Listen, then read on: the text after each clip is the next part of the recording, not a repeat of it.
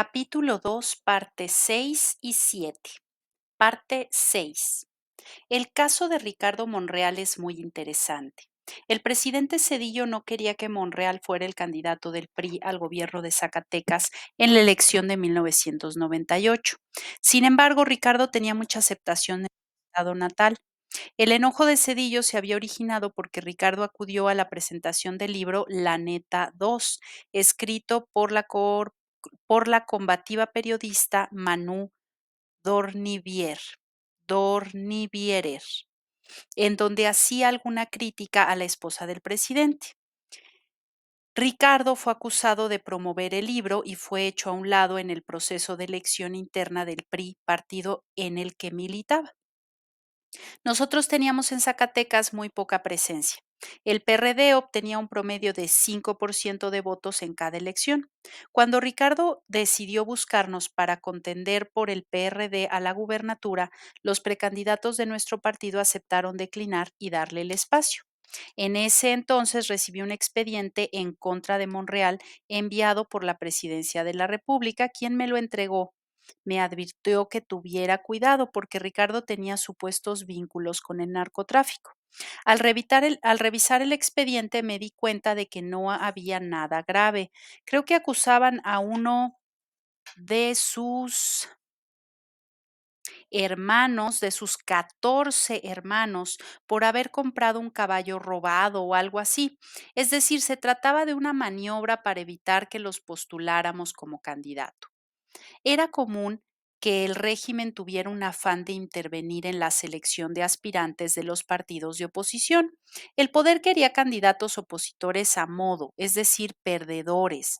Hay adversarios nuestros, incluso gobernadores del PRI y del PAN, que se entrometerían o que se entrometían en la vida de los partidos. Se llegaba al extremo de apoyar con despensas, materiales de construcción o con dinero a precandidatos de la oposición para que ganaran las elecciones internas a sabiendas de que iban a perder las constitucionales. En el caso de Zacatecas, cuando vi el expediente y constaté que no tenía ningún señalamiento sólido, intuí que Cedillo tenía mucho interés en que Monreal no fuera postulado por el PRD.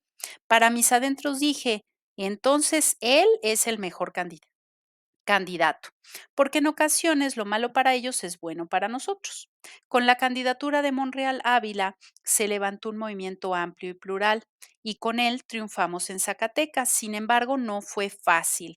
El gobierno federal maniobró para consumar un fraude electoral e impedir que llegara a la gubernatura. Hicieron lo de siempre, utilizaron programas y recursos públicos, compra de votos, acarreos, propaganda en contra y mucha publicidad. Sin embargo, el liderazgo de Monreal resistió toda la embestida. El día de la elección, un simpatizante nuestro se dispuso a escuchar y grabar todo el operativo del PRI con un escáner o rastreador de llamadas. Recuerdo que estábamos en un hotel frente a la plaza principal de Zacatecas, casi al final de la jornada electoral, a las 6 de la tarde. Ricardo me dijo que iría al centro de cómputo para ver cómo iban llegando los resultados por casilla.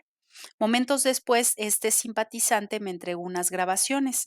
La primera era una conversación entre el entonces subsecretario de Gobernación, Emilio Gamboa Patrón, con Jorge Fernández Menéndez, quien cubría periodísticamente, entre comillas, la elección.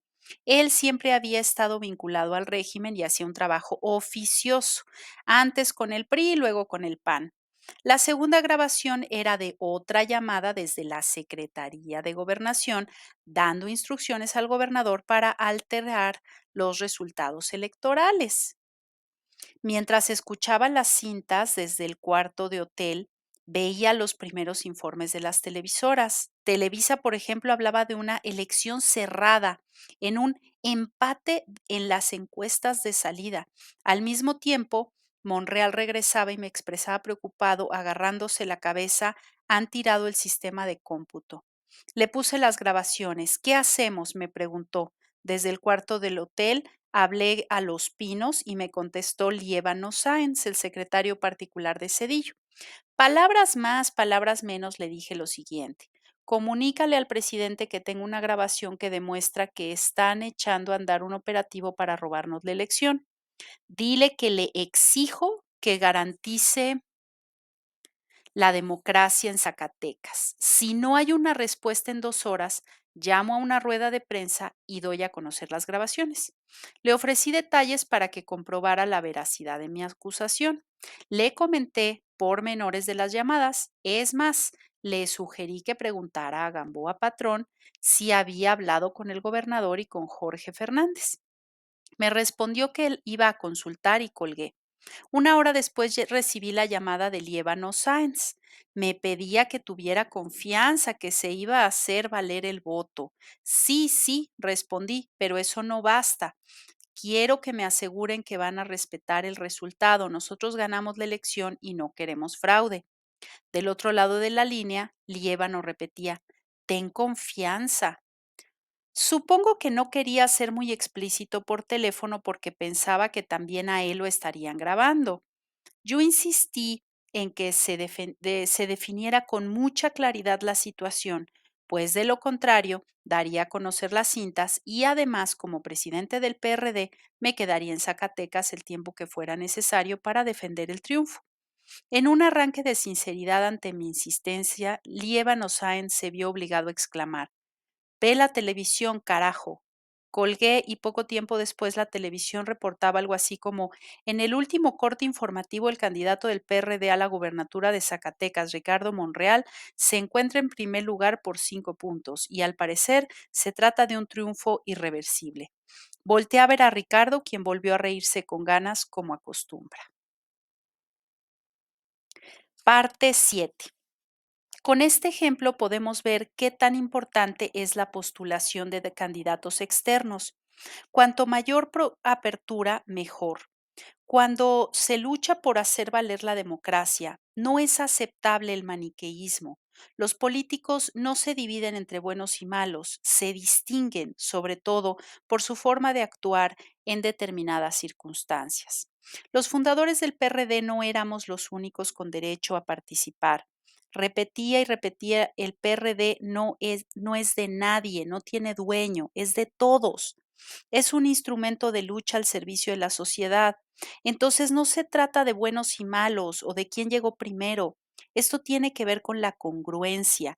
Puede tratarse de una persona que viene del PRI, pero al momento de tomar postura y empezar a actuar en el movimiento popular, en el movimiento de izquierda, tiene una actitud distinta. No se puede cuestionar o juzgar a priori, a rajatabla. Hay que cuidar los principios, pero debe concederse el beneficio de la duda. En política hay que correr riesgos para avanzar. Es indispensable equilibrar principios con eficacia. Con más razón ahora, cuando existe una derecha neofascista y voraz que quiere la unidad de todos los que nos situamos en el abanico de fuerzas progresistas. No, con más razón ahora, cuando existe una derecha neofascista y voraz, se requiere la unidad de todos los que nos situamos en el abanico de fuerzas progresistas. No estamos para ponernos muy exigentes, para exquisiteces, para decir, este compañero sí, este no, este tiene una manchita, este no es puro. Así no se puede. La política la hacen hombres y mujeres, no se hace con santos. Por eso hay que tener una visión amplia y abierta para preservar lo fundamental y no fijarse nada más en lo accesorio. Por otro lado, aunque se trata de un asunto muy difícil, se debe tomar en cuenta que las discrepancias se dan en cualquier movimiento popular.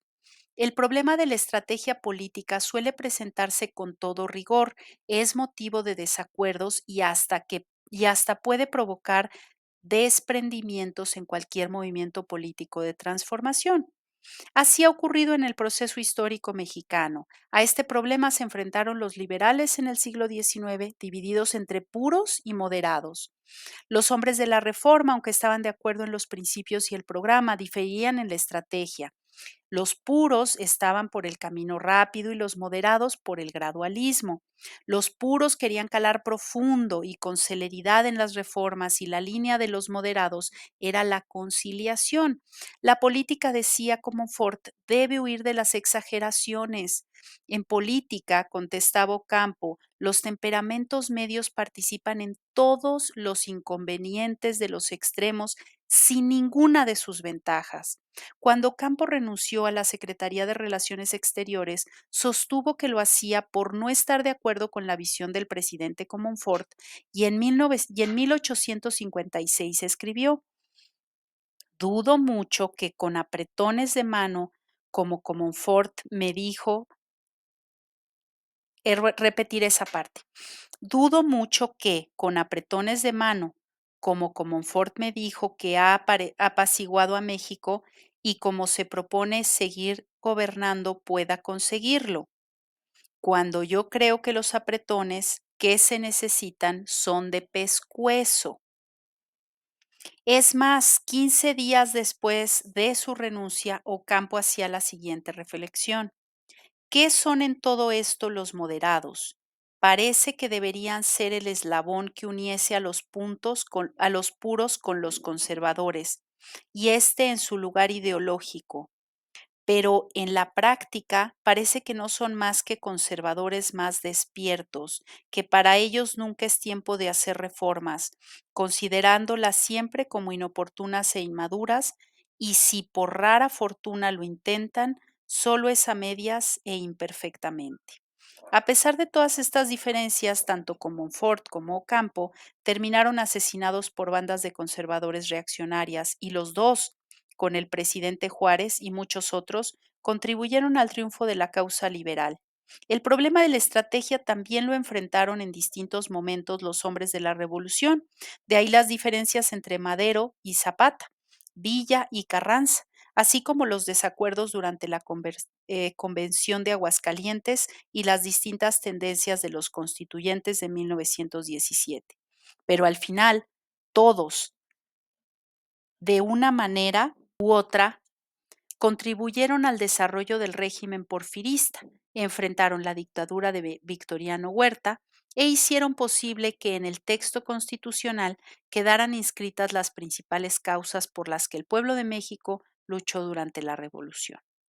En la actualidad debemos dejar de lado el maniqueísmo, debemos actuar con más apertura y saber distinguir son los aliados y quiénes son realmente nuestros adversarios, porque a veces nos confundimos. La izquierda tiene mucho de eso, se ensimisma y se pelea desde adentro como si fuera su misión principal. Por otra parte, hay quienes exageran a la hora de juzgar. Una apreciación común entre la gente era considerar que en nuestro partido de entonces había enfrentamientos permanentes entre grupos y corrientes, que los del PRD eran de lo peor. Aunque no fuera así, había desde luego diferencias y obviamente una lucha por posiciones políticas. Sin embargo, en el PRD había gente muy responsable en los cargos directivos y ni hablar de los militantes, quienes en numerosos casos actuaban de manera heroica. El comportamiento de dirigentes y políticos debe explicarse a partir de circunstancias. Hay gente que se conduce con integridad durante mucho tiempo y al final de su vida claudica. Se cansa de pensar y de ser como era. O al revés, hay gente que ha tenido una conducta muy cuestionada y decide actuar de manera consecuente en un buen tramo de su vida. Y esto no solo ocurre en México, sino en todo el mundo. Está el caso de Óscar Arnulfo Romero, arzobispo de El Salvador. En un principio fue muy conservador, pero la realidad lo transformó, se convirtió en un sincero protector de la dignidad de los seres humanos, sobre todo de los más desposeídos, y se dedicó a denunciar la violencia, a enfrentar cara a cara a los representantes del régimen autoritario. Por ello, en el 24 de marzo de 1980, fue asesinado de la manera más cobarde en plena misa. Ahora es un santo. Una vez visité el Museo del Estanquillo, donde se exhibe una colección de arte popular donada por Carlos Monsiváis, y me llamó mucho la atención una caricatura, obra de José Clemente Orozco, en contra de Francisco I. Madero. Lo pinta como pigmeo, resalta la grandeza de Porfirio Díaz. El texto dice, los enanos imitan al gigante. Y estamos hablando de quien más adelante pintó extraordinarios murales revolucionarios y sobre todo actuó sin dobleces hasta que dejó físicamente de existir. Insisto, la vida de un luchador social o de un dirigente político no es algo dado, fijo, preestablecido, no es un destino manifiesto, es una prueba permanente y lo extraordinario es luchar y ser consecuente toda la vida. Gracias por escucharnos. Hasta aquí el capítulo o fragmento del día de hoy. Mañana subiremos otro tanto. Dale clic a suscribirte y a la campanita para recibir las notificaciones. Gracias.